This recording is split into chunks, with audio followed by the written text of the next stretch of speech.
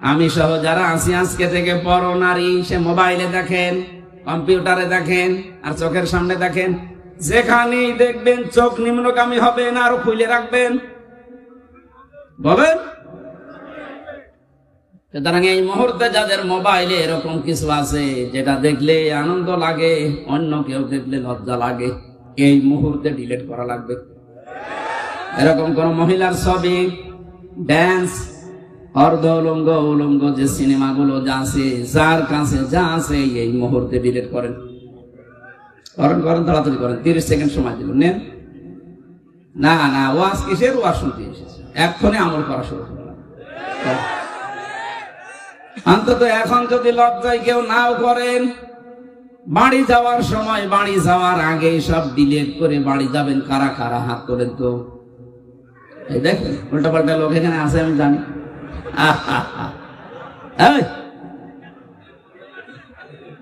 যারা আছে বাড়ি যাওয়ার আগে এগুলো শেষ করে যাবে। জেনা থেকে বাঁচার জন্য একটা ঔষধ বলছি, যেহেতু সবার জীবনে যৌবন আছে, আসতে পারে এরকম। আল্লাহ পাক নিজেই 2টা ঔষধ দিয়েছেন, আজকে থেকে আপনি প্রয়োগ করবেন।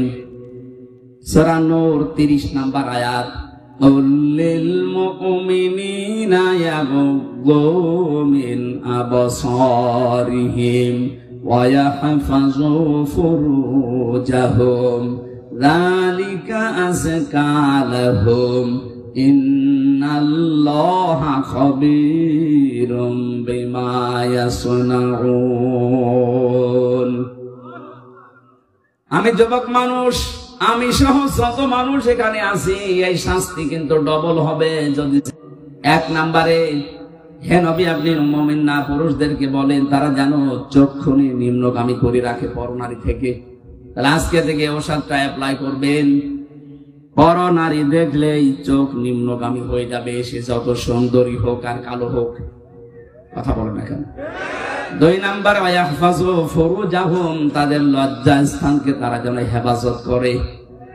এই 2টা কাজ যদি আপনি করতে পারেন, যালিকা আযকা লাহুম, এইটাই সবচাইতে পবিত্র পন্থা। আপনাকে বাকিটা আল্লাহ করবে। জেনা থেকে বাঁচা, এটা আল্লাহর রহমত ছাড়া সম্ভব না। বিশেষ করে আমাদের যে জামানা চলছে এখন, তো প্রত্যেকটা জায়গা জেনা দিয়ে পরিপূর্ণ করে দিয়েছে। বিশেষ করে 15.5 বছরে যা করেছিল, কথা বলেন ঠিক কিনা? জাতিকে আমাদের বাঁচাতে হবে। আমি বলছিলাম, মেয়েটা ডাক দিয়ে বলে, হে রাসূল, আমি যেহেতু জেনা করে ফেলেছি, এখান থেকে যদি মুক্তি পেতে হয় তাহলে যে শাস্তি আছে আল্লাহর কোরআনের, ওইটা প্রয়োগ করেন। ওই শাস্তি যদি হয়ে যায়, দুনিয়াতে কোন অপরাধের শাস্তি যদি হয়, ওই শাস্তির জন্য আল্লাহ কিয়ামতে আর বিচার সাজাবেন না। আপনি যদি চুরি করেছেন, যদি হাত কেটে দেওয়া হয়, তাহলে কিয়ামতে এই বিচার আল্লাহ করবে না। মানুষ হত্যা করেছেন, দুনিয়ায় যদি আপনাকেও মেরে ফেলা হয় বা দিয়ত দিয়ে যদি আপনি পার পেয়ে যান, তাহলে আপনাকে কিয়ামতের দিন আল্লাহ আর বিচার করবে না। জেনা করেছেন, বিচার হয়ে যাক, কিয়ামতে আল্লাহ এই বিচার আর করবে না। তাহলে আমার প্রশ্ন হচ্ছে, যারা 15.5 বছরে জুলুম, অত্যাচার, নির্যাতন, গুম, খুন, আয়না ঘরের সাথে যারা জড়িত, তারা এই অপরাধগুলো যদি মাফ করাতে চান, যার কাছে অপরাধ করেছেন তার কাছে স্বীকার করে ওর ক্ষতিপূরণ দিয়ে দেন। আমি কথা বোঝাতে পেরেছি? আপনি আয়না ঘরে রেখেছিলেন যাদেরকে, তাদের কাছে যে বলেন যে তোমার বিশাল ক্ষতি করে দিলাম। এই যে ব্যারিস্টার আরমান, আমান আজমি সহ আমি 14 বছরের মানুষ ওখানে দেখেছি আছে। কেউ 5 বছর, 7 বছর, 8 বছর, 10 বছর, 14 বছর করে আছে। এত বড় বড় নখ হয়ে গেছে, চুল দাড়ি গোপ, মনে হচ্ছে কেউ জঙ্গল থেকে বেরিয়ে আসতেছে। রিমান্ডে যখন আমার মাটির নিচে নিয়ে যেত, কিছু মানুষকে দেখেছি এই নখ দিয়ে খুশিয়ে খুশিয়ে ওই দেওয়ালের সাথে মাটির নিচে লিখে রেখেছে, ভাই যদি কেউ বাইরে যেতে পারেন এই নাম্বারে জানাবেন যে আমি বেঁচে আছি। টের পাচ্ছি একটা মানুষ 10 বছর, 14 বছর জানে না যে কোন বছর চলছে, জানে না এটা যে কি মাস তাও তার জানা নেই, কি বার তাও জানে না, কয়টা বাজে তা তো জানে না। অথচ তার মাথার উপর দিয়ে গাড়ি ঘোড়া চলছে, মানুষ চলছে, হালকা আওয়াজ পাওয়া যেত। ছেলে এখানে কি করেন? কি ইয়ার কি মারাস নাকি? দেন না মেয়ে দেন, এখান থেকে যান, দাঁড়ান যান। আবার দাঁড়িয়ে আছে কোন কারণে? যান এখানে যান, হ্যাঁ কথা বলা যাবে না। কি কঠিন ভয়ঙ্কর পরিস্থিতি শুনলে আপনাদের ভয় লাগে। আর আমরা নিজে ফ্রেশ হয়েছিলাম মাত্র 10 দিন, আমি তাই পাগল হয়ে গেছি। আর একটা মানুষ 14 বছর আছে। আর আপনি এখন এই সমস্ত জিনিসের সাথে যারা জড়িত ছিল, ওরা যদি বলে আস্তাগফিরুল্লাহ, আপনি কি আল্লাহর কাছে দোষ করেছেন?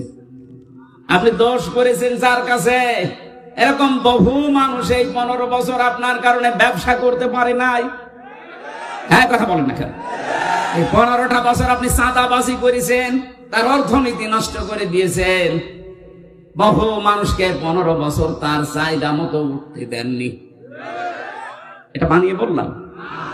বহু মানুষ উপরের চেয়ারে ওঠার কথা ছিল, আপনি এই 15 বছরে তাকে উঠতে দেননি।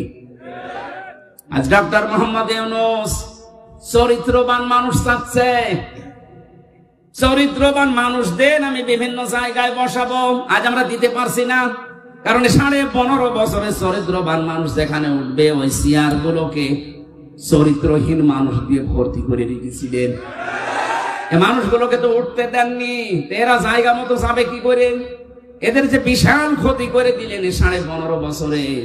এখন কাবার গিলাফ ধরেও যদি বলেন আস্তাগফিরুল্লাহ, জীবনও মাফ হবে না। মাফ হওয়ার একটা পদ্ধতি আছে, যে মানুষগুলোর ক্ষতি করে দিলেন জীবনের, এদের এই জীবনের ক্ষতিপূরণ দেওয়া লাগবে।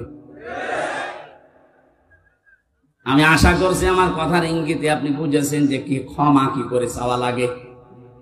অপরাধ করেছেন একজনের কাছে আর মাফ চাচ্ছেন আপনি আর একজনের কাছে। এক ওসি পেয়েছিলাম জেলখানায়, আমার বলছে হুজুর দেখেন তো আমার তওবাটা কেমন করে হয়ে গেল। কি সেই যে নির্বাচন কেন আমি বাইরে ছিলাম, আমার যে কনস্টেবল আছে, আমার যে এসআই আছে, এসআই আছে, দারোগা আছে, যা এদেরকে নিয়ে আমি আল্লাহর রাস্তায় ভোট কাটা আরম্ভ করলাম। রাত 12টার পর থেকে কোরআন শরীফ আমার সামনে এইভাবে বলছি। আমি ফাঁসির কন্ডেম সেলের ভেতরে আছি, উনি আমার সাথে দেখা করতে এই তাওবা শোনাচ্ছে যে আমি তাওবা করেছি, আমারটা কি হয়েছে। রাত 12:30টার পর থেকে আমরা আরম্ভ করলাম ফজরের আগ পর্যন্ত আল্লাহর নামে ভোট কাটতে কাটতে ফজরের আজান দিয়ে দিল। সব কমপ্লিট করে বাক্স জায়গা মতো পাঠিয়ে দিলাম। এবার গোসল করলাম, ওযু করলাম, 2 রাকাত নফল নামাজ পড়ে বললাম আস্তাগফিরুল্লাহ। হুজুর আমার এই তাওবা হয়েছে না। আপনি তো আল্লাহর কাছে দোষ করেননি, আপনি দোষ করেছেন হামজার কাছে। এ মানুষটাকে এমপি বানাতে 3.5 লাখ থেকে 4 লাখ হামজার রায় লাগে। কথা বলছেন, আর আপনি একা একা সব রায় দিয়ে দিলেন। আপনি যার জন্য দিয়েছিলেন সে তো পালিয়েছে, কিন্তু আপনার কি হবে? সবচেয়ে ভয়ঙ্কর কথা হচ্ছে আপনার এই 15.5 বছরের ভেতরে যারা ভোট দিতে পারে না এমন অনেক মানুষ মারা গেছে, তাদের কাছে আপনি মাফ চাবেন কি করে? এটা সবচেয়ে ভয়ঙ্কর কথা। বেঁচে আছে যারা বাড়িতে বাড়িতে গিয়ে বললেন যে আপনার ভোট আমি দিয়েছিলাম, আপনি কিছু মনে করেন না, অন্তত এক একটা ভোট দিতে পারেননি, 10,000 করে টাকা দেবো, তাও তো সে মাফ করে দিতে পারে। কিন্তু যারা মরে গেল, কব্বরে আছে, তাদের কাছে আপনি মাফ চাবেন কি করে বলেন? এটা বিশাল ক্ষতি করে ফেললেন। এই ক্ষতিপূরণ আপনি কিভাবে তুলবেন বলেন তো? এরকম ক্ষতি দেশে অনেকের হয়নি। মাফ নাই চাওয়া চাই জীবিত মানুষের কাছে, মরে গেছে মাফ চাবেন কি করে? কি করলেন বলেন আপনি? এখন নিজের কি ক্ষতি করলেন? এরকম ক্ষতি যেন সামনে কেউ আর না করেন। অনেকে এরকম ক্ষতি করার জন্য মশানে বসে আছে যে দাঁড়ান, থালা হাতে আগে পায়। এই জন্যই তো বিচার ব্যবস্থায় যারা আছে শক্ত হওয়ার জন্য আহ্বান জানাচ্ছি। এমন বিচার করবেন আন্তর্জাতিক অপরাধ ট্রাইব্যুনালে, কিয়ামতের আগে যেন কেউ আটকে ওঠে মানুষ। তাছাড়া এটা বন্ধ হবে না। কথা বুঝতেছেন?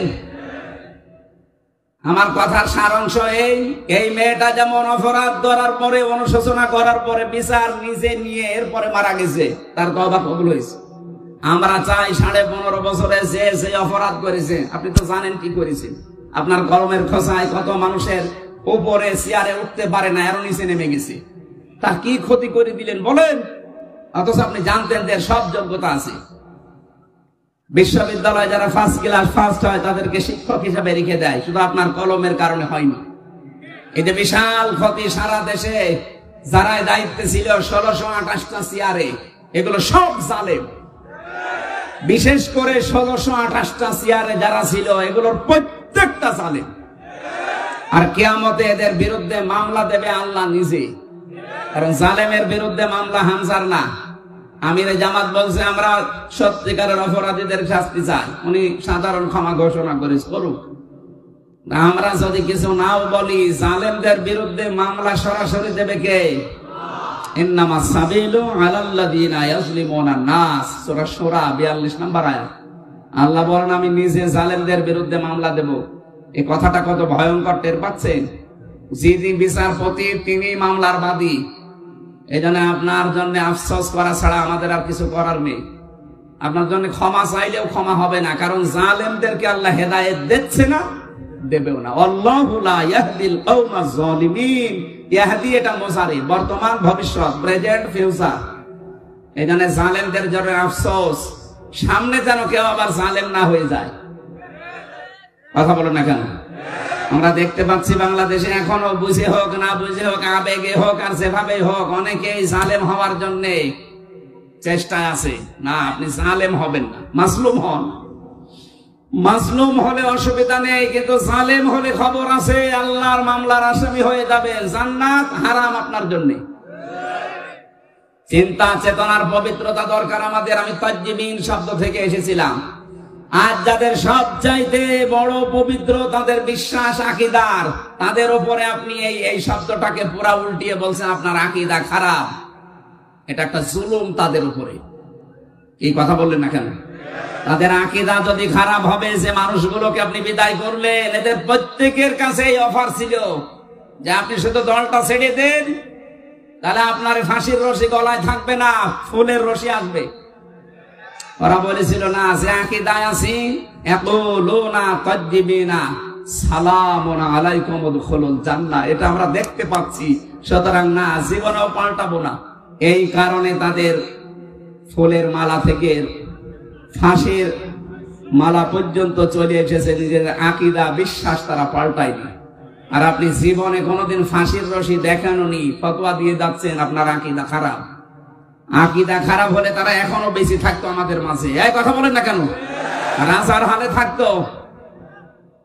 কোরআনের পাখি শহীদ আল্লামা দেলাওয়ার হোসাইন সাইদি রহমতুল্লাহ আলাইহি, এই ময়দানে তিনি 24 বছর এসেছিলেন একাধারে। আমি জেলের এই 3 বছরে মাত্র একদিন তার সাথে ছিলাম।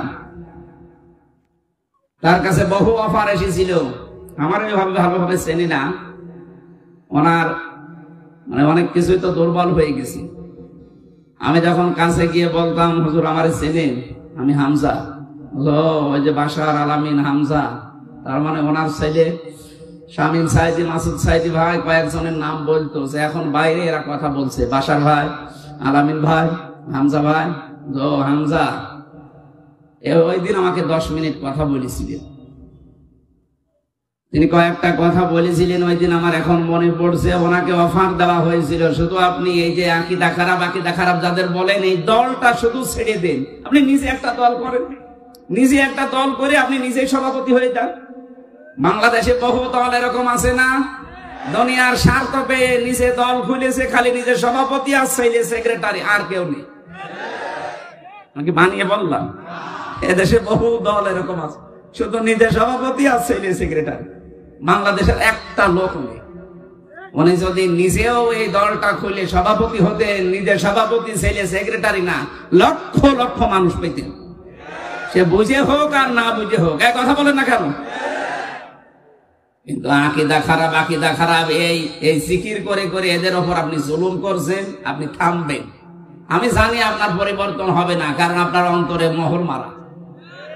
যারা নির্দোষ মানুষের উপরে কোনো দোষ চাপিয়ে দেয়, ভালোভাবে শুনবেন, যারা নির্দোষ মানুষের উপরে কোনো দোষ চাপিয়ে দেয়, সে যেন নিজে প্রকাশ্য পাপের বোঝা বহন করে ঘুরে বেড়ায়।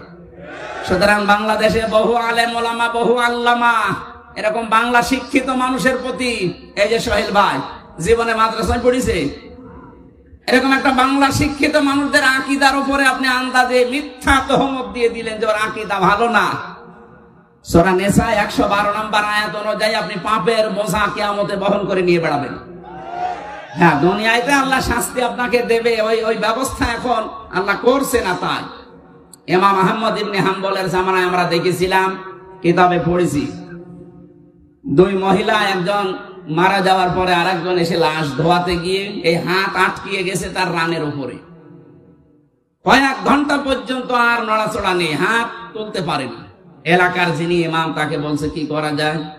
অনেক গ্রাম্য মানুষ ফতোয়া দিয়েছে, এক কাজ করেন, জীবিত মানুষের হাত তো কাটা যাবে না, মেয়ে লোক যেটা মরে গেছে ওরা ওই জায়গায় চামড়া কেটে ফেলে। কিন্তু এমন জায়গা এই রানের উপরে, নাভির নিচে হাঁটুর উপরে, এই জায়গায় এই কাজ করলেও হতো। কিন্তু যিনি মারা গেছেন তার স্বামী বলছে না, আমার স্ত্রী মরে গেছে আর এখন চামড়া কাটবেন, মানে দরকার হয় জীবিত মানুষের হাত কেটে ফেলে। জীবিত মানুষের স্বামী যে আছে কি বলে, আমরা আসলাম উপকার করার জন্য, আর এখন আমাদেরই আপনি ক্ষতি করবেন না।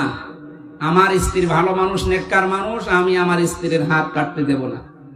আর একটু বড় ইমামের কাছে গেছে, আর একটু বড় জায়গায় গেছে, শেষ পর্যন্ত ওই দেশের প্রধান বিচারপতি ইমাম মালিক মদিনাতে থাকেন, তাকে ঘোড়ায় চড়ে প্রায় 80 কিলোমিটার দূরে এই ঘটনা নিয়ে আসলেন। ইমাম মালিক পর্দার আড়াল থেকে জিজ্ঞাসা করলেন, আমি ঘটনা বলার জন্য না, দুইটা শিক্ষা দেওয়ার জন্য, খুব খেয়াল করে শুনবেন, আমাদের এখানে বহু মানুষের এরকম গোনাহ হচ্ছে তাই বলছি। ইমাম মালিক জিজ্ঞাসা করলেন, মেয়ে কি করিস বলো। মেয়েটা বলে, ইমাম আমি কিচ্ছু করি নাই, আপনি আমাকে বাঁচান। ইমাম বলে, হ্যাঁ আমি বাঁচাতে পারি, যা যা হয়েছে তাই তাই তোমাকে সব বলা লাগবে। বলে, হ্যাঁ আমি সব বলবো, বলো।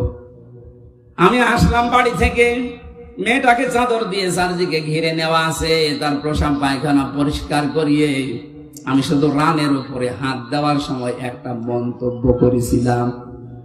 মন্তব্যটায় মারা যাওয়ার কিছুদিন আগে একটা পুরুষের সাথে বাড়িতে ঢুকতে দেখেছিলাম আমি, কিন্তু পুরুষটা কে এটা আমি ধারণায় আমার আসে নাই, চিন্তায় আসে নাই।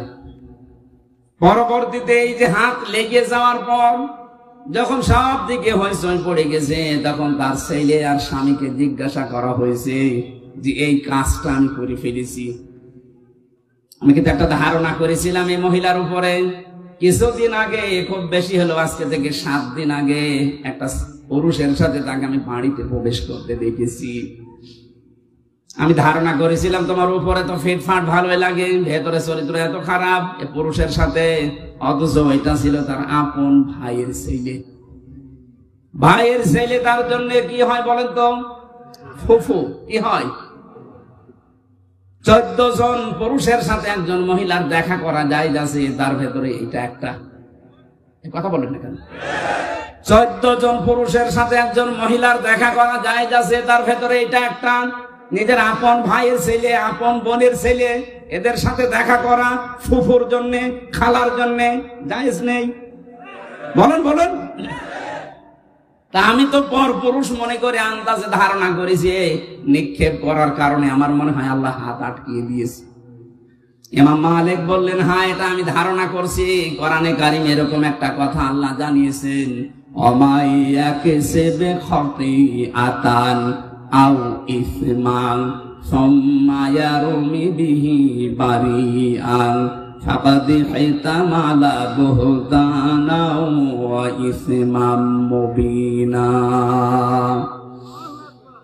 দুনিয়াতে এমন বহু মানুষ আছে নিজে পাপ করে, নিজে অন্যায় করে, আর অন্যায়টা যখন সংগঠিত হয়ে যায় তখন একটা নিরপরাধ ভালো নির্দোষ মানুষের উপরে দোষটা চাপিয়ে নিজে ভালো সাজে। সে যেন প্রকাশ্য পাপের বোঝা বহন করে নিয়ে বেড়াচ্ছে। আমার তো এই আয়াত পড়ার পরে মনে হচ্ছে বাংলাদেশে বিশেষ করে 15.5 বছরে বহু মানুষ এই আয়াতের সাথে 100 ভাগ মিলে যাচ্ছে। নিজে অন্যায় করে, নিজে রাতের বেলা গাছ কাটে, নিজে রাতের বেলা গাড়িতে আগুন লাগায়, আর ভালো মানুষের উপরে দোষটা চাপিয়ে তাকে ধরিয়ে দেয়। কথা বলে না কেন? ভালো মানুষ ঘুমিয়ে আছে ঘরে, চোখ খুলে দেখছি থানার হাজতে, কি গো তুই গাছ কেটেছিস? কখন? স্বপ্নে। কথা বলছে এটা হয়েছে না বানিয়ে বললাম? কখন কাটলাম? আমি তো ঘরে ঘুমিয়েছিলাম, ওই ঘুমের ভেতরে স্বপ্নে। এখানে মামলা ওরকম স্বপ্নের মামলা, গায়েবী মামলা। এক একজনের নামে 300, 500, 550 পর্যন্ত মামলা দেখেছি। সত্যি মামলা হলে 5টার বেশি তো দিতে পারে না। 550 মামলা কিভাবে দিলেন ওই স্বপ্নে? কি করিয়েছেন বলেন তো আপনি? 3 বছরে বহু মানুষ আমাকে এসে বলছে, হুজুর আমার মামলা 313টা। মনে হচ্ছে বদরের সাহাবীদের উনি পুষিয়ে ফেলেছেন। ইমাম মালিক ডাক দিয়ে বললেন, আল্লাহর বান্দি, তুমি যে অপরাধ করেছো, এই যে আন্দাজে একটা নিরপরাধ মানুষের উপরে এটা নিক্ষেপ করার কারণে তুমি পাপের বোঝা বহন করে এখন নিয়ে বেড়াচ্ছ। আল্লাহ আটকিয়েছে এই কারণে। হ্যাঁ, তোমাকে মুক্তি দিতে পারি, 2টা শর্ত মানা লাগবে। কোরআনে কারীম জানাচ্ছে, ওয়াল্লাযীনা ইয়ারমুনাল মুহসানাতি সুম্মা লাম ইয়াতু বিআরবা'াতি শুহাদা ফাজলিদুহুম 80 জালদান 80 জালদাতান ওয়ালা তাকবালু লাহুম শাহাদাতান আবাদা ওয়া উলাইকা হুমুল ফাসিকুন। সূরা নূরের 4 নম্বর আয়াতে আল্লাহ 2টা তথ্য দিয়েছেন। আল্লাযীনা ইয়ারমুনাল মুহসানাত, যারা নেককার সতী সাধবী নারীর উপরে জেনার তহমত লাগায়, অপবাদ দেয় ব্যভিচারের, সুম্মা লাম ইয়াতু বিআরবা'াতি শুহাদা, 4 জন সাক্ষী জোগাড় করতে পারে না।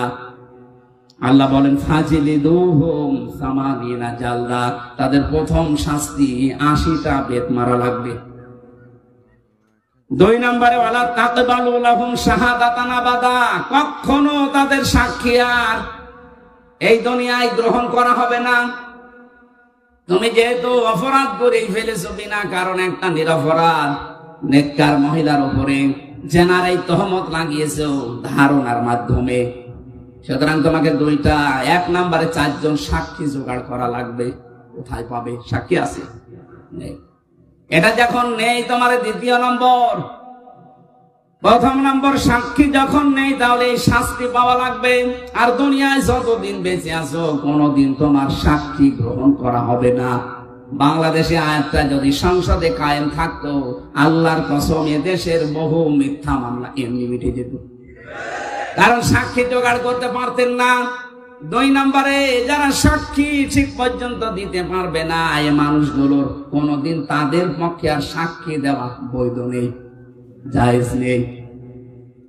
তাদের সাক্ষী আর গ্রহণ করা হতো না। আমার মামলার যারা আয়ু ছিল বলেন তো, এই কয়েকদিন আগে আমার মামলা সব খারিজ হয়ে গেছে। আদালত কর্তৃক প্রমাণিত যে আমি নির্দোষ, আমার কোনো দোষ নেই।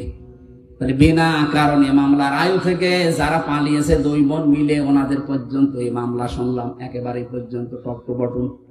যারা জড়িত এই মিথ্যা মামলা দিয়ে আমাকে 3টা বছর নষ্ট করে দিলেন জীবন থেকে। কথা বলেন না কেন? শুধু আমাকেই তো শেষ করেননি, আমার পরিবারটা, আমার 2টা মেয়ে, স্ত্রী, মা, বাবা, আরো আমার হিতাকাঙ্ক্ষী যারা, এই মানুষগুলোকেও কষ্ট দিয়েছেন।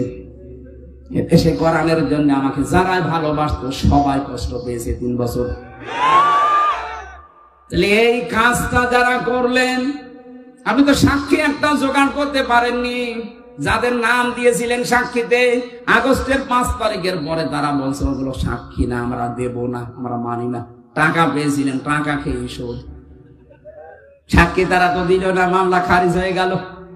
এমনকি ওই দিন আমি দেখেছি, আমি আদালতে নিচে দাঁড়িয়েছিলাম, জজ সাহেব এগুলো দেখার পরে বলছে, কি দেখে বিচার করবো, তো কোনো মাল নেই, যান সব খারিজ করে দিলাম।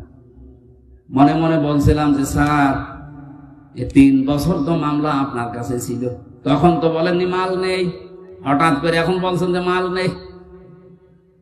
উনি এই কথাই আমাকে বলতো, হুজুর কিছু করার নেই, হাত বাঁধা ছিল। কথা বলছেন এখানে?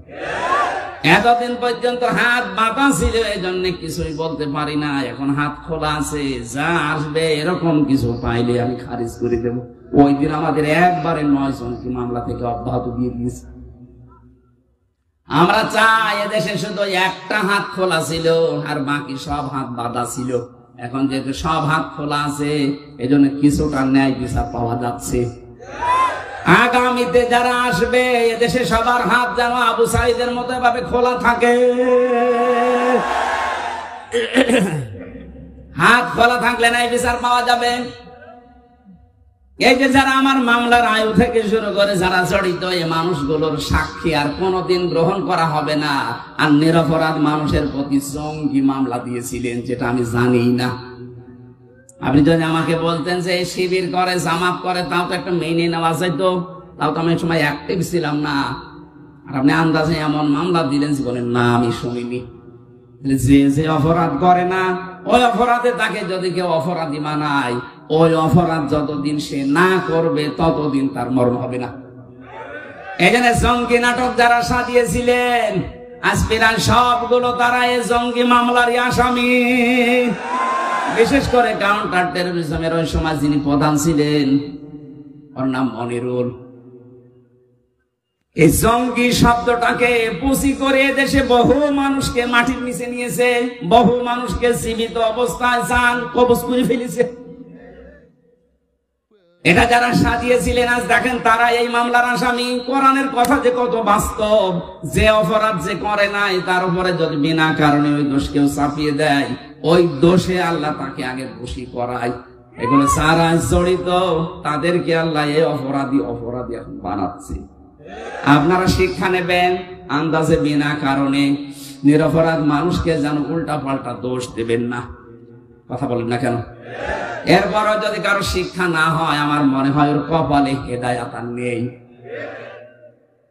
তুমি যেহেতু সাক্ষী জোগাড় করতে পারো নাই, তোমার শাস্তি এখন হবে কি? 2 নম্বরে সামানিনা জালদা, 80টা বেত মারা হবে। জাল্লাদকে নিয়ে আসো।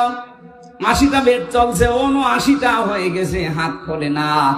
জাল্লাদ বলে ইমাম কি করবো, আর একটা বাকি আছে।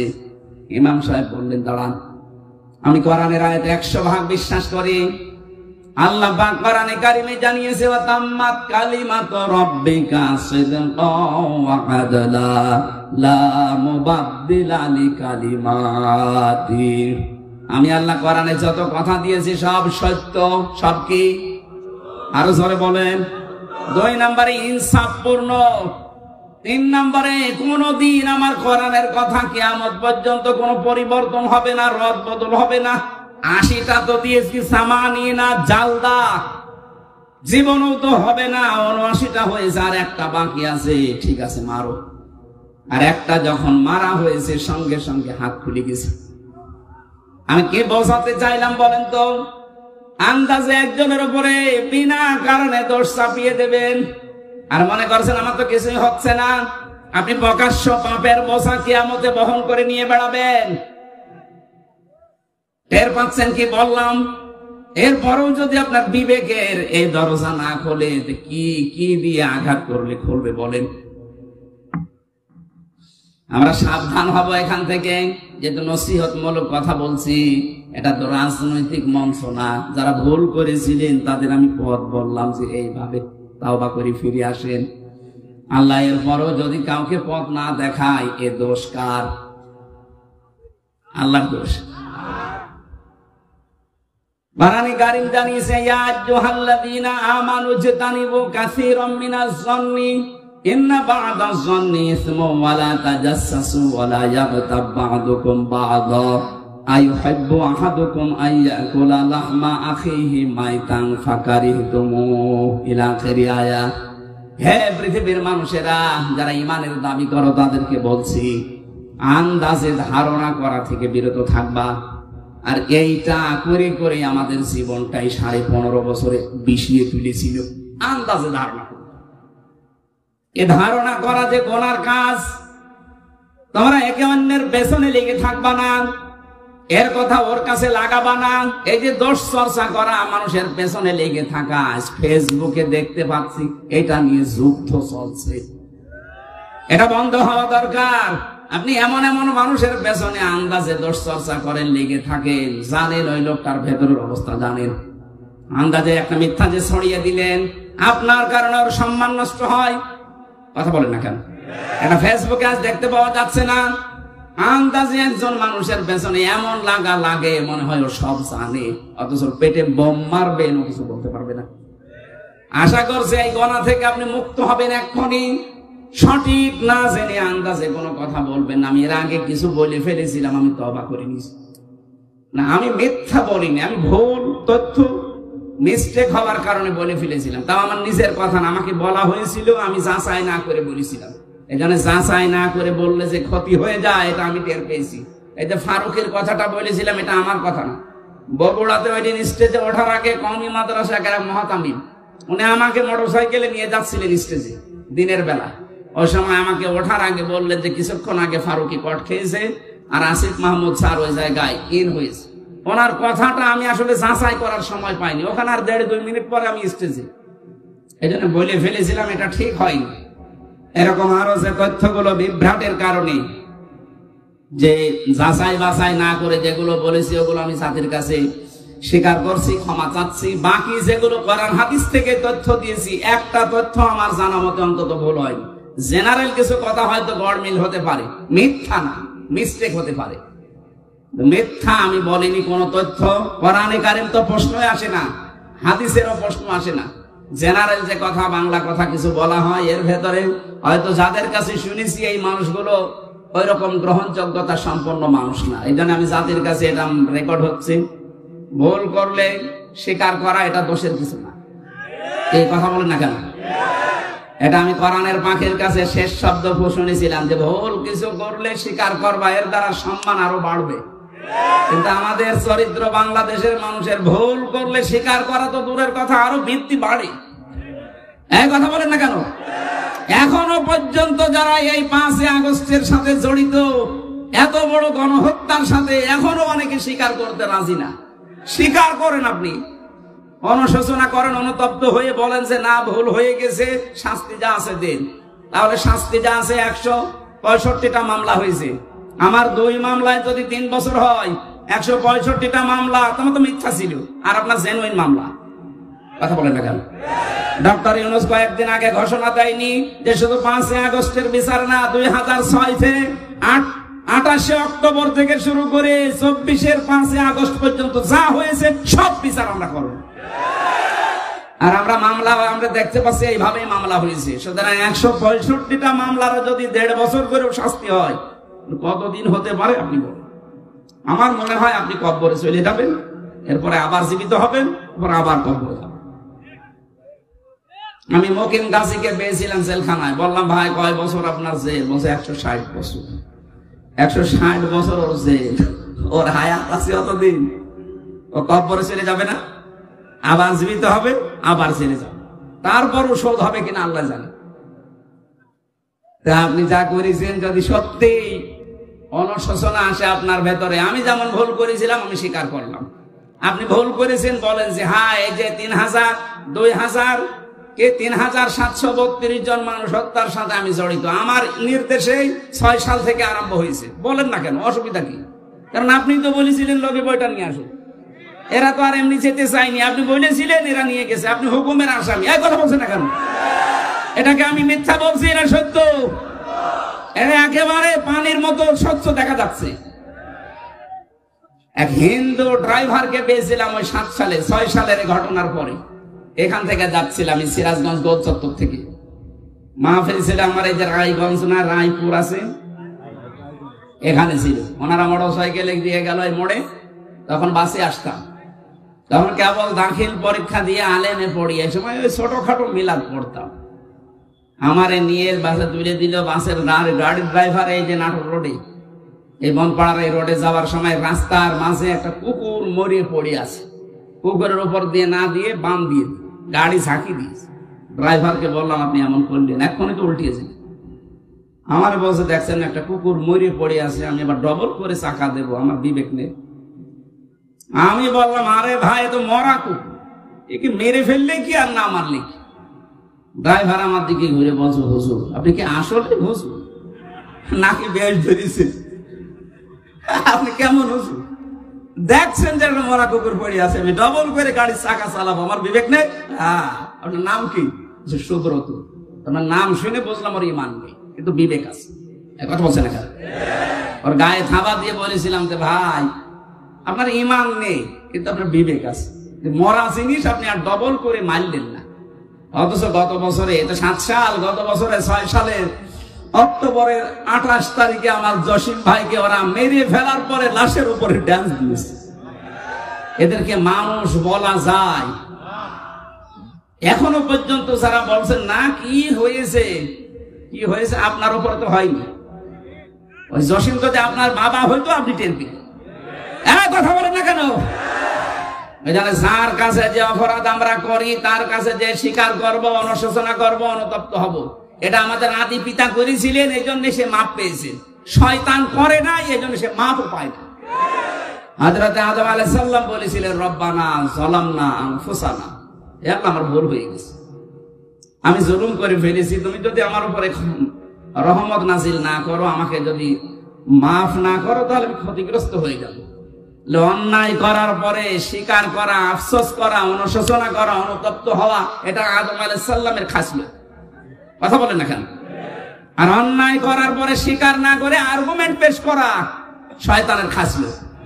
ও বলেছিল আনা খায়রুম মিনহু খালাকতানি মিন নার ওয়া খালাকতাহু মিন তিন, যে আমি একে সেজদা দেব মানে আমি আগুনের তৈরি আর ওটা মাটির তৈরি, আমার ভেতরে পাওয়ার আছে, শক্তি আছে, আমি সব জ্বালিয়ে দিতে পারি, আর ও তো মাটি উপরে থাকে, তো ক্ষমতাই নেই। শয়তান অহংকার করেছিল ক্ষমতার, পাওয়ারে। কিসে? বলেন বলেন। শয়তান যদি ক্ষমতার অহংকার করার কারণে আল্লাহর কাছে 2টা জিনিস থেকে চির বঞ্চিত হয়েছে। 1 নম্বরে শয়তান কোনোদিন ক্ষমা পাবে না, 2 নম্বরে শয়তান কোনোদিন জান্নাত পাবে না। এই 15.5 বছরে যারা ক্ষমতার দম্ভ দেখিয়েছেন, যারা ক্ষমতার দম্ভ দেখিয়েছিলেন, বলেন তো এই শয়তানের সাথে মিলে যাচ্ছে কিনা? আমি কোরআনে কারিমে একটা আয়াত পেয়েছি, আল্লাহ পাক বলেন ফাতিলকা বুয়ুতুহুম খাওয়ায়াতাম বিমা যালামু, আল্লাহ যেন হাত দিয়ে দেখাচ্ছে, হে নবী ওই যে ওই ঘরের দিকে তাকান, ফাতিলকা বুয়ুতুহুম খাওয়ায়াতাম বিমা যালামু ইন্না ফি যালিকা লাআয়াতাল লিকাওমি ইয়ালামুন। এটা সূরা নামলের ভেতরে আছে, 52 নম্বর আয়াত।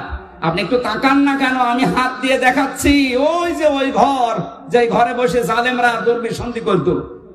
আর সারা বাংলাদেশের 64 জেলার অবস্থা এক, যেখানে যেখানে জালেমরা দুর্বিসন্ধি করেছে ইসলামপন্থী মানুষদের বিরুদ্ধে, এ ঘরগুলো আজ আল্লাহ উজাড় গৃহ বানিয়ে দিয়েছে। আমার কুষ্টিয়ার খবর বলছি, সারা দেশের অবস্থায় কিন্তু একই। আপনি তাকান, এ ঘরগুলো আজ আল্লাহ মনে হচ্ছে হাত দিয়ে দেখাচ্ছে, ওই দেখ হানিফের ঘরের দিকে তাকা, টয়লেট বানিয়ে দিয়েছে, জাতীয় টয়লেট। আবু জাহেলের বাড়ি বানিয়েছিল আন্তর্জাতিক টয়লেট, এখানে তার আন্তর্জাতিক মানুষ আসে না, এই জন্য এটা বানিয়েছে জাতীয় টয়লেট। ইনোর বাড়ি বানিয়ে দিয়েছে জাতীয় টয়লেট। শুধু ওর বাড়ি না, ওর চেহারা পর্যন্ত মানুষ এখন পচা ডিম মারছে। এই কথা বলেন না কেন? এর চাইতে আল্লাহ কি দেখাবে আর বলেন তো? এটা তো কুষ্টিয়ার খবর বললাম, বাকি জেলাতে এর চাইতেও খারাপ অবস্থা, বিশেষ করে ঢাকা। এত জাঁকজমকপূর্ণ ছিল, কালকেই দেখলাম পেপারে, এত জাঁকজমকপূর্ণ ছিল যে জায়গাটা শুধু যেতে পারলে অনেকে চুমা খেত, সেই জায়গাটা এখন উজাড় গৃহ হয়ে গেছে। এই 3 মাসের ভেতরে সেই জায়গা মনে হচ্ছে শয়তান বাস করে। আপনি যেতে দেন এভাবে, আর কিছুদিন ওই জায়গাটাও আমার মনে হয় আবু জাহেলের বাড়ির মতো আন্তর্জাতিক টয়লেট হয়ে যেতে পারে। কাবা শরীফ যখন তাওয়াফ করছিলাম 16 সালে, হঠাৎ আমি উপরে আসলাম, দেখে আমার পেটে ব্যথা করছে। এক পুলিশকে ডাক দিয়ে বললাম, ভাই আমি তো এতক্ষণ ভালো ছিলাম, আমার নিজের ভাষা না ওর ভাষা দিয়ে, এখন আমার পেটে ব্যথা করছে, কারণ কি? পুলিশ আমারে বলছে, ইয়া হাজিউল হুজ্জাত আইনা বিলাদুকা, ও হাজি দেশ কোথায়? যে তুমি বাংলাদেশ, বাংলাদেশ থেকে এসেছি। আমার বলছে, আপনি জানেন না এটা কোন জায়গা? না তো। আবু জাহেলের বাড়ি, আপনি এখনো পায়খানা না করে দাঁড়িয়ে আছেন, তাড়াতাড়ি করে। আল্লাহ সত্যি ওর কথা বলতেছে, কাজ করে দেখে আমার পেটের ব্যথা ভালো হয়ে গেছে। আমার তো মনে হচ্ছে এরকমই কিছু সামনে হতে যাচ্ছে, নাই তো আল্লাহ ফা তিলকা দিত না। তিলকার আগে ফা আছে, যারা আরবি গ্রামার বোঝে ওদের জিজ্ঞাসা করেন। বালাগাত মান থেকে ফা শব্দটা 13টা অর্থে ব্যবহার হয়। সত্যি যে সমস্ত ঘরে বসে দুর্বিসন্ধি হয়েছে জুলুম করার জন্য, ওই ঘরগুলো আল্লাহ বাস্তবে এভাবে দেখিয়েছে। ফাতিলকা বুয়ুতুহুম, বাইতুনের বহুবচন বুয়ুত, তার মানে এদেশে বহু ঘরে এরকম জুলুমের কথাবার্তা বলা হয়েছে, দুর্বিসন্ধি করা হয়েছে। এই আয়াতগুলো আমার মনে হয় সামনে আমাদেরকে আল্লাহ একেবারে খাপের খাপ মমতাজের বাপ দেখাবে। এক কথা বলছে না কেন? আপনাকে রাগ হয়ে গেল? এখানে ধারণা থেকে বেঁচে থাকবেন, উল্টা পাল্টা ধারণা করবেন না কারো উপরে। যাদের উপরে আন্দাজ এরকম তহমত দিচ্ছেন যে আকীদা খারাপ, আকীদা খারাপ, ওদের আকীদা পবিত্র কত আপনি টের পাচ্ছেন। আমি নিজে কাছে থেকে দেখেছি এই মানুষের আকীদা, বিশ্বাস, এদের যে আল্লাহর উপরে তাওয়াক্কুল, এই মানুষগুলোর যে ইখলাস, কাছে না থাকলে ওই দূর থেকে খালি ফতোয়াই দিয়ে যাবেন। 5 দিন থাকেন তার কাছে, তার ইবাদতের মাত্রা কি আপনি এখনো টের পাননি। আন্দাজে সারা পৃথিবীর মানুষের মহব্বত আল্লাহ তার অন্তরের ভেতরে, তার মহব্বত সারা পৃথিবীর সৃষ্টি জগতের ভেতরে এমনি ঢুকিয়ে দেয়, কাজ করা লাগে। এক কথা বলছে না কেন? তার মতো চেহারার মানুষ নেই দেশে, তো তাদের উপরে তো মানুষের ভালোবাসা মহব্বত তৈরি হয় না। তৈরি হয় কেন? ইন্নাল্লাযীনা আমানু ওয়া আমিলুস সালিহাতি সায়াজআল, যারা ঈমান আনে, ঈমানের দামি অনুযায়ী যারা ভালো ভালো কাজের আঞ্জাম দেয়। এখানে সালেহ শব্দটা আছে। সালেহ মানে কি বলেন তো? আমরা অনেকেই মনে করি সালেহ মানে নেককার, ভালো না। শুধু এতটুকু না, আধুনিক ব্যাখ্যা হচ্ছে সালেহ মানে যোগ্য। সালেহ মানে কি? এই বাংলাদেশের সত্যিকার অর্থে যারা ঈমান এনেছে, ঈমানের দাবি অনুযায়ী তারা এমন সালেহ, এমন যোগ্যতা সম্পন্ন মানুষ তৈরি করতে চাচ্ছে যারা এই দেশটা চালাতে পারে। আমি নাম নিলাম না, আপনি একটু খোঁজ করে দেখেন। সালেহ শব্দের ব্যাখ্যাটা তারা বাস্তবে আজ দেখাচ্ছে। আজ আমাদের চিকিৎসা বিভাগে লোক নেই, তারা লোক তৈরি করছে।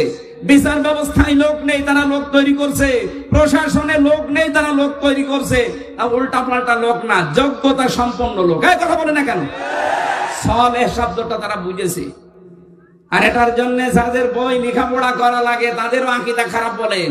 এই সালেহ শব্দের আধুনিক ব্যাখ্যা পেয়েছি 20 শতাব্দীর মুজাদ্দিদ সাইয়্যিদ আবুল আলা মওদুদী রাহমাতুল্লাহ আলাইহি, তার লিখিত বই থেকে এই মানুষগুলো এই ব্যাখ্যা পেয়েছে। এই জন্যই তো তারা এখন সালেহ শব্দটাকে বাস্তবে রূপ দেওয়ার চেষ্টায় আছে। আমরা শুধু মসজিদের ইমাম ভালো এটা জানি, মাদ্রাসার মুহতামিম ভালো, অধ্যক্ষ ভালো জানি, কিন্তু আমরা চাই ডাক্তারও যেন রাজশাহীর ডাক্তার ফাতেমা সিদ্দিকার মতো হয়, ডাক্তার যেন ফরিদপুরের ডাক্তার শাহিন জর্দারের মতো হয়, ডাক্তার যেন খুলনার ডাক্তার মতিয়ার রহমানের মতো হয়। এইরকম ডাক্তার বানাতে চায়, যোগ্য এবং সৎ। এই কথা বলেন না কেন? এই কর্মকাণ্ডে যারা নিজেদেরকে ইনভলভ করবে, আল্লাহ বলেন সায়াজালু, সিন দিয়েছেন, সায়াজালু লাহুমুর রহমানু বুদ্দা, সৃষ্টি জগতের ভেতরে একটা মহব্বত আমি আল্লাহ তার প্রতি তৈরি করে দেব। আমি তো বাস্তবে তাই দেখতে পাচ্ছি। লোকটা সেখানে যাচ্ছে আজ পঙ্গপালের মতো, মানুষ ভালোবাসায় একটু দেখার জন্য, শুয়ে দেওয়ার জন্য পঙ্গপালের মতো ছুটতেছে। কেন? তারা দেখা যায় না টিভিতে, তারা দেখা যায় না মোবাইলে। এই সমস্যা কি? শেষ করে দেবো? এটা দেখেন কেন এখন? কমন সেন্স নেই আমার কেন? কি সমস্যা কি? আপনি কথা শুনছেন না? তাহলে আমি কিন্তু জিজ্ঞাসা করবো সালেহ মানে কি? আধুনিক ব্যাখ্যা যদি বলতে না পারেন না, ওই খালি 1500 বছর আগের পড়া বাদ দিন। আমার মনে হয় বিরক্ত হয়ে গেছেন আপনারা না? শেষ করে দেব? কোরআনে কারীম থেকে 6666, 6636 দুইটা মতই আছে। একটা মত আমরা মানি, 6666 মানেন। এর ভেতরে একটা মাত্র আয়াত পড়েছি, 4টা কথা আল্লাহ দিয়েছেন আয়াতের ভেতরে। এক একটা শব্দের ভেতরে লক্ষ লক্ষ কথা। ফি জিলালিল কোরআনে আমি জেলখানায় বসে বসে দেখেছিলাম, ওখানে জিলালিল কোরআনটা আর তাফহিমুল কোরআনটা পাওয়া যায়, অন্যান্যটা নেই। কারণ যারা যায় তারা তো এই ধরনের মানুষ যায়, এরা সেভাবেই হোক ঢোকায়। আমি জিলালিল কোরআন থেকে আজকে তাফসীর করছি না, আপনারা উঠে চলে যাচ্ছেন মানে? 2-1 যান, যুবক মানুষ যাবেন না, তাহলে কিন্তু সমস্যা আছে। হ্যাঁ, যুবক মানুষ যাবেন না, কারণ এখানে মেয়েদের, অনেক মেয়ের বাপ আসে জামাই খুঁজতে। এখন আপনি যদি 1-1.5 ঘন্টা 2 ঘন্টা পরে চলে যান, ও বলবেন না, এর কাছে মেয়ে বিয়ে দিলে মেয়ে জাহান্নাম। এই জন্য আপনি নিজের পায়ে নিজে কোড়াল মারবেন না, অন্তত কিছুক্ষণ বসেন, কষ্ট হলেও। 1-1.5 ঘন্টা আপনি যদি বসে থাকতে না পারেন, আপনার বিয়ে করলে আপনার বউ মনে হয় টেকবে না, শেষে এই সিরাজগঞ্জের বদনাম হবে। নাকি আমি আর নিচে নামলাম না, তেলাওয়াত করছি, জবান খুলে সবাই পড়বেন। আউযু বিল্লাহি মিনাশ শাইতানির রাজিম, বিসমিল্লাহির রহমানির রহিম, ইয়া আইয়ুহাল্লাযীনা আমানু রুকউ ইলা আখিরি আয়া। এ পর্যন্ত থাক আজকে। এই ইরকাউ রুকু শব্দের যত ব্যাখ্যা আছে আমি টপ টু বটন চেষ্টা করব বলার। বাকি অসজুদু, ওয়াবুদু, আফআলুল খায়রা, এই 4টা। এখনো বেলকুচিতে 2টা মাহফিল আছে, এক জায়গায় অসজুদু নেব, এক জায়গায় ওয়াবুদু রাব্বাকুম। আফআলুল খায়রা এটা আরো বিস্তারিত। ভালো কাজ বলতে ধোকা খাই আমরা, ভালো কাজ কি আমরা এখনো জানি না অনেকে। আমরা চেষ্টা করব বলার। প্রথমটা শুরু করছি। আল্লাহ ডাক দিয়েছেন এখানে কোনো বেঈমানকে না, ঈমানদারকে। সুতরাং বেঈমান যদি থাকেন আপনি চলে যান, ওই যে চলে যাচ্ছে চলে যান। না না, বেঈমানের জন্য আজকের আয়াত না, আজকের আয়াত ঈমানদারদের জন্য। যান আপনি তাড়াতাড়ি চলে যান। এখন প্রশ্ন আসতে পারে, আমার যে ঈমান আছে আমি কিভাবে টের পাবো? আমার যে বিশাল জোব্বা গায়, আমার মাথায় পাগড়ি, এত বড় টুপি, আমার ঈমান নেই মানে? না, ঈমান আছে কিনা সাহাবী প্রশ্ন করলেন। বিশ্বনবী বললেন, ইদা সাররাতকা হাসানাতুকা ওয়া সাআতকা সাইয়্যাতুকা ফাআনতা মুমিন। মুসলিম শরীফের হাদিস। যখন তোমার ভালো কাজগুলো তোমাকে আনন্দ দেবে আর অন্যায় কাজ করলে ভেতর থেকে একটা বাধা আসবে, তখন বুঝবে তোমার ঈমান আছে। আপনি এবার বলেন তো, যে আপনার অন্যায় কাজ দেখলে আপনার কি ভেতর থেকে একটা বাধা আসে? না, আসে না। যাদের মোবাইলে বললাম উল্টাপাল্টা সিনেমা আছে, নভেল নাটক আছে, থিয়েটার আছে, যাদের উল্টাপাল্টা ছবি আছে, নিজে দেখলে আনন্দ লাগে, এই মুরব্বী দেখলে আপনার লজ্জা লাগে, এইরকম জিনিস থাকার পরেও আপনার মনে বাধা দেয় না, তাহলে আপনার ঈমান থাকলো কি করে? বলেন না কেন? এই জন্য বলছে বাড়ি যাওয়ার আগে দয়া করে ডিলিট করে দিন। আর এই নিয়ত করে যান যে যতদিন বেঁচে আছি যেটা দেখা যায় না চোখ দিয়ে, আমি মরে গেলেও দেখবো না। এক কথা বলেন না কেন? এটা শুধু আপনার, আমার দরকার নেই। আমি সহ যারা আছি অন্তত এই গোনা থেকে, চোখের এই গোনা থেকে আমরা আজকে মোবাইলটাকে পবিত্র রাখি। আমার এর ভেতরে আন্তর্জাতিক স্কলার যারা, বিশেষ করে ডক্টর নোমান আলী খান, ডক্টর জাকির নাইক, আর আমার খুব বাংলাদেশের সাজ্জাদ কামাল উদ্দিন জাফরি হাফিজাহুল্লাহ, ওনার লেকচার আছে। বাকিটা আমার মেয়ের কয়েকটা ছবি আছে, অন্য কিছু আর নেই। আর আপনার মোবাইলে খালি পরিমণির ছবি। এরকম মোবাইল দেশে নেই। বাড়ি যাওয়ার আগে ডিলিট করে দিন। ভালো কাজ যাদের আনন্দ লাগে না, অন্যায় দেখলে যাদের ভেতর থেকে একটা বাধা আসে না, ওর জুব্বা যত বড় হোক, ও যত বেলা জিকির করুক, ওর ঈমান নেই। আমি আশা করি এই ছোট্ট কথা আপনি বুঝে ফেলেছেন। এবার আল্লাহ ঈমানদারকে ডাক দিয়ে ঘোষণা দিচ্ছেন, ইরকাউ, রুকু করো। রুকু করো এই শব্দ বললে আমরা বুঝি এভাবে মাথা ঝোঁকানো না। রুকু শব্দের প্রধান অর্থ 2টা। কোরআনে কারিমে এটা 42-43 নম্বর আয়াত সূরা বাকারা আছে, ওয়া আকিমুস সালাতা ওয়া আতুজ যাকাতা ওয়ারকাউ মা'আর রাকিঈন। আল্লাহ পাক বলেন, নামাজ কায়েম করো, সম্পদ থাকলে যাকাত আদায় করো, আর রুকুকারীদের সাথে রুকু করো। তার মানে জামাতে হাজির হয়ে নামাজ পড়ো।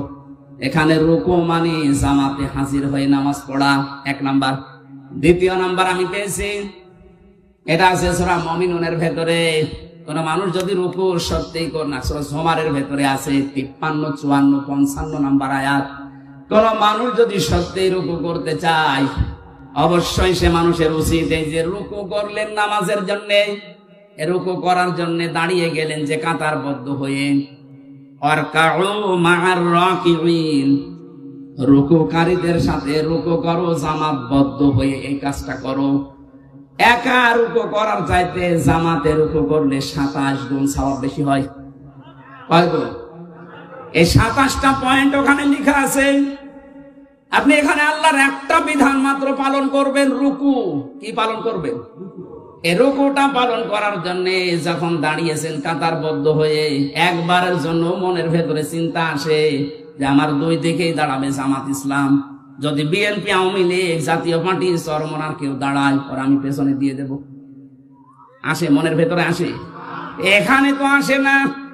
এই শিক্ষাটা আপনার ব্যক্তি, পরিবার, সমাজ, রাষ্ট্রে নিয়ে যাওয়া লাগবে।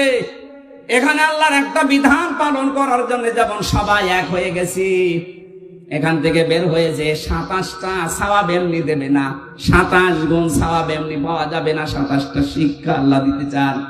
এই 27টা শিক্ষা আমার পরিবারের, সমাজে, রাষ্ট্রে আমি মিলাবো। এর নাম রুকু। এই রুকু যদি আজ বাংলাদেশে আমরা সত্যি মেনে চলতে পারতাম, 27 গুণ সওয়াবের জন্য যারা এই ফজরের নামাজে কষ্ট করে উঠে শীতের সময় যান, এই 53 বছর সময় লাগার কথা ছিল না। রুকুটা বুঝলে 53 বছর আগে এই দেশের রুকু রাষ্ট্রীয় ভাবে কায়েম হয়ে যেত। আর ওইটাই চাই আমরা। রুকু শুধু নিজে নিজে করবেন মানে, জামাতবদ্ধ হয়ে রুকু করেন। পরিবার, সমাজ, রাষ্ট্রে সব জায়গায় আল্লাহর রুকু আপনি কায়েম করবেন। কোরআন পড়ার যে সমস্ত হক গুলো আছে তার ভেতরে দ্বিতীয় হক এইটা, মান ক্বারাআল কুরআনা ফাস্তাযহারাহু। যে ব্যক্তি কোরআন পড়ে আর কোরআনকে যারা বিজয়ী করার জন্য চেষ্টা চালায়। এজহার মানে শুধু প্রকাশ করা না, এজহার মানে শুধু স্পষ্ট করা না, এজহার মানে দাঁড় করানো, এজহার মানে কায়েম করা, এজহার মানে প্রতিষ্ঠা করা, এজহার মানে বিজয়ী করে দেখানো। 53 বছরে আজও আমরা রুকু করতে আছি, কিন্তু কোরআনে কারীমকে আজও বিজয়ী করতে পারিনি। কথা বলেন না কেন? এটা অনেকে রাজনীতি মনে করে আপনি দূরে থাকেন। কোন কারণে থাকেন আমি খুঁজে পাইনি। কোরআন পড়ছে সওয়াবের নিয়তি, অথচ কোরআনকে এজহার করার জন্য, বিজয় করার কোনো চিন্তা ভাবনা নেই। এগুলো বোঝাতে গেলেও বলে হুজুর এটা দুনিয়ার কাজ, রাজনীতি। এটা রাজনীতি হয় কি করে? ফাস্তাযহারাহু শব্দটা যারা বলছে, অভিধান যারা বলছে, আধুনিক অভিধান বেত্তা যারা লিখছে যে ফাস্তাযহারাহু মানে কোরআনকে যারা বিজয়ী করার চেষ্টা চালাবে, এই মানুষগুলো কোরআন পড়লে যে 4টা শর্ত আছে তাদের দ্বারাই আদায় হবে। কোরআন পড়তে হবে শুদ্ধ করে, কোরআন বুঝতে হবে, কোরআন নিজে মানতে হবে। 4 নাম্বার, কোরআন মানুষকে মানাতে হবে। এই জন্য আমরা যারা রুকু, আল্লাহর নির্দেশ, রুকু করতে চাই, এখন থেকে রুকু করলে যেহেতু 27 গুণ সওয়াব হয়, রুকুকারীদের সাথে রুকু করলে এই 27 গুণ সওয়াব নিতে হলে পরিবার, সমাজ, রাষ্ট্রে 27টা শিক্ষা মেলানোর দরকার আছে না নেই? পরিবারের শিক্ষা কি রুকুর? সম্মানিত মা বোন যারা এসেছেন, দেখলাম বহু মহিলা বসে আছে বিভিন্ন জায়গায়। মা বোনদের রুকু হচ্ছে শুধুমাত্র মাথা ঝুঁকিয়ে না, এটাই শেষ না। আপনি 4টা কাজ করবেন দুনিয়াতে: নামাজ পড়া, রোজা রাখা, আর কালো বোরকা পরলেই মনে করছেন আমি জান্নাত পেয়ে গেছি। জীবনও না। নেককার, সৎ, যোগ্য মহিলা জান্নাতের জন্য, যোগ্যতা সম্পন্ন হওয়ার জন্য 4টা কাজ করা লাগবে। তিরমিজি শরীফ। 1 নম্বরে, ইযা নাযারা ইলাইহা সাররাতুহু, যখন আপনার স্বামী বাইরে থেকে এসে আপনার দিকে তাকাবে, স্বামীকে আনন্দ দেবেন। কথা বুঝতেছেন? এই শব্দটা আজ বাংলাদেশে নেই। স্বামী বাইরে থেকে এসে পরিবারে আনন্দ পায় না, এই জন্যই বাধ্য হয়ে পরকীয়া প্রেম করে। দেখলেন? এরা যে পায় না, পরকীয়া প্রেম করে। সম্মানিত মা বোনেরা, কার স্বামী জি বলেছে আপনি শুনতে পেয়েছেন? আজকে থেকে একটু বাড়িয়ে দেবেন আদরটা। 2 নম্বরে, ওয়াইদা গাবা আনহা হাফিজাতুহু, স্বামী যখন বাইরে যাবে তখন স্বামীর সম্পদ, স্বামীর সন্তান, নিজের ইজ্জত, সতীত্ব, নিজের লজ্জাস্থান, শরীর, এগুলো হেফাজত করে রাখবেন। অথচ অধিকাংশ মেয়েরা এখন স্বামী বাইরে গেলে দিন পায়। কথা বলে না কেন? মেয়েরা মোবাইলেও যদি কথা বলে, কোন ধাসে কথা বলবে আল্লাহ কোরআনে দিয়েছেন। সূরা আহজাবের 32 নম্বর আয়াতে আছে, ইয়া নিসান নাবিয়্যি লাস্তুন্না কা আহাদিম মিনান নিসাই ইনিত্তাকাইতুন্না ফালা তাখদা'না বিল কওলি ফায়াতমা'আল্লাযী ফী কলবিহি মারাদু ওয়া কুলনা কাওলান মা'রুফা। এটা তাফসীরে খাজেনে আছে। আমি যা বলছি অধিকাংশ ফি জিলালিল কোরআন থেকে, আর এইটা আছে তাফসীরে খাজেনে। আল্লাহ ডাক দিয়েছেন হে নবীর স্ত্রীরা পর্দার আড়াল থেকে, তখন নাই পর্দার আড়াল থেকে, কিন্তু এখন অর্থ হবে মোবাইলে, ফ্যাক্সে, ফোনে। যদি আপনি ফোনে কারোর সাথে কথা বলেন, কথা বলবেন সত্য কথা, মিথ্যা বলবেন না, কিন্তু ভাষা হবে রুক্ষ সূক্ষ্ম, গরম দিয়ে এমন ভাবে কথা বলবেন ওই পারে যে আছে ওর মনের ভেতরে যদি গুড়ও থাকে ওই এমনি তো অবাক করে নেবে। কথা বলে না কেন? হ্যাঁ, শুধু 14 জন পুরুষ বাদ দিয়ে 14 জন পুরুষ যাদের সাথে আপনার বিবাহ করা হারাম, আপনার আপন ভাই, আপনার বাবা, আপনার বোনের ছেলে, আপনার ভাইয়ের ছেলে, আমি কথা বোঝাতে পারছি কিনা বলেন? এই 14 জন আছে সূরা নিসার 21-22 নম্বর আয়াতের তাফসীরে পাবেন। এই 14 জন পুরুষ মানুষ বাদ দিয়ে যদি কাবার ইমাম আব্দুর রহমান সুদাইসিও কল দেয়, আপনি কথা বলবেন সঠিক কথা, কিন্তু ভাষা এমন করবেন, কথা বুঝতেছেন?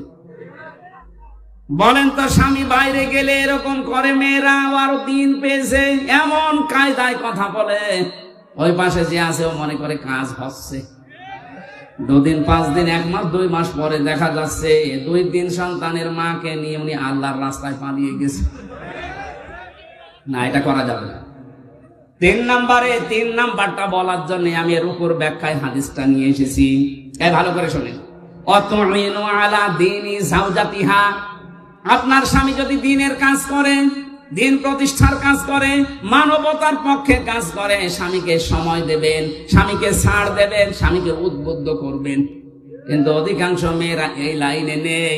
ওর স্বামী দিনের একামতে দিনের কাজ করে, দিন প্রচারে কাজ করে, মানবতার সেবা করে, ও আরো বাধা দেয়। আপনি নামাজ পড়ে রোজা রেখে কালো বোরকা পরেও জান্নাত দিতে পারবেন না। 4 নাম্বারটা হচ্ছে স্বামী যেটা পছন্দ করে ওটা যদি জায়েজ হয়, জীবন থাকতে আপনাকে ওটা মেনে নেওয়া লাগবে। প্রত্যেকটা স্বামী আমরা চাই বিয়ের পরে যেন আমাদের মা বাবা আমাদের সাথে থাকে। আমি খেয়ে থাকি না খেয়ে থাকি, আমার মা বাবার সাথে থাকবে, কথা বলে না কেন? কিন্তু 100টার 98টা মহিলা এটা চাই না। এটা চাই না, তার কারণ আছে, একে শুধু পানি পড়া দেয় এর মা আর ওর বড় বোন, ওখান থেকে বারবার শুধু কান পড়া দেয়, কতদিন থাকবি, আলাদা হয়ে যা, এই কথা বলছে না। এরকম ছোট মনের বউ আছে? কার আছে হাত তোলেন তো? একজনের আছে। সম্মানিত ভাই, সম্মানিত মা বোনেরা, না আপনার রুকু হচ্ছে না। কিসের রুকু করেন আপনি? যে 4টা বললাম, একটাও মিলাতে পারলেন না। আশা করছি এই 4টা কথা মেনে নেবেন। এই রুকু যদি এভাবে আমরা পয়েন্ট আকারে দুনিয়াতে করতে পারতাম, এই পৃথিবীর চিত্রই পাল্টিয়ে ফেলতে পারতাম। আর আমরা ওই রুকুই চাচ্ছি সামনে ইনশাআল্লাহ। আমি জেলে বসে মাওলানা মামুনুল হকের সাথেই ছিলাম। আমিরে জামাত ডাক্তার শফিকুর রহমান 4 দিন ছিলেন আমার সাথে। সেক্রেটারি জেনারেল অধ্যাপক মিয়া গোলাম পরোয়ার প্রায় 1.5 বছর ছিলেন আমার পাশে। এই সমস্ত মানুষ থেকে বিশেষ করে জীবন্ত শহীদ এটিএম আজহারুল ইসলাম, এই মানুষটাকে আমি 3টা বছর, উনি ছিলেন ফাঁসির কন্ডেম ছেলে, মাঝে মাঝে আদর করে আমাকে বই পাঠাতেন, প্রোডাক্টিভ মুসলিম, মধ্যম পন্থা, এমন এমন সুন্দর সুন্দর বই, আমার কাছে প্রায় 150-র উপরে বই আছে। আমাকে বলতেন, হামজা আমি তো বাইরে যেতে পারি না, তুমি যদি যেতে পারো এই কথাগুলো জাতিকে পড়ে পড়ে শোনাবা। আমি আয়াত থেকে মধ্যম পন্থা, প্রোডাক্টিভ মুসলিমের উপরে, বিশেষ করে মুক্তিপণ এই আয়াতের উপরে আমি সাবজেক্ট বানিয়েছি। সামনে সময় আসবে ইনশাআল্লাহ আমরা বলবো এই যে ওয়াসজুদু ওয়াবুদু ওয়াফআলুল খায়রা, প্রত্যেকটা শব্দ চিন্তা ভাবনা, প্রতিটি শব্দের ভেতরে লক্ষ লক্ষ কথা আছে। আমরা তাফসীর আকারে আবার সামনে কথা বলবো। আজকে তো মাহফিল 3টা চলছে, আমার শরীরও আর পারছে না, আর বেলা 1.5 ঘন্টা হয়ে গেছে। ওই যে লিখিত যে বইগুলো আছে, ওই গাড়ি দেখা যাচ্ছে, জেলখানায় বসে করেছিলাম 2 দিন আগে, একটা পাবলিশ হয়েছে, সৃষ্টি জগৎ নিয়ে লিখেছি, ওইটা যাওয়ার সময় নিয়েছেন। আল্লাহুম্মা আমিন।